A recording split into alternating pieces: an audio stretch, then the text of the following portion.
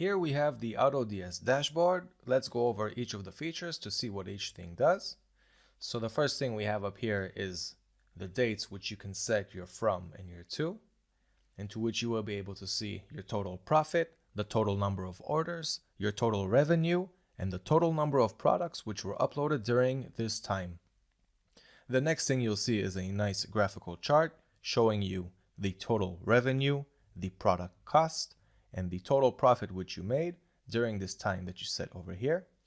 And the final thing which is affected by this time box up here is this overview box showing you the average profit, the average sell order cost, the average buy order cost, the max profit on each order, and the total products cost.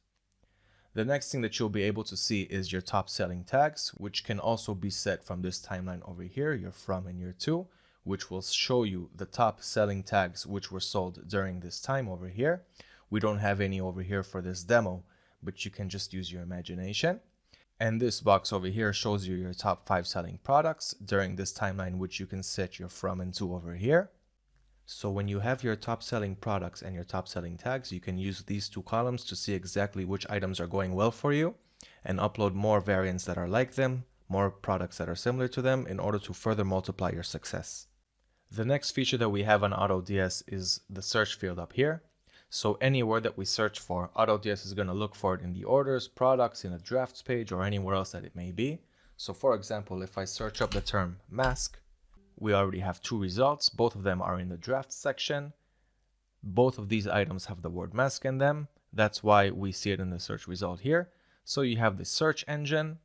You have the notification button over here. When you click on it, you can see everything that's new in AutoDS, whether it be blogs, newsletters, and so forth.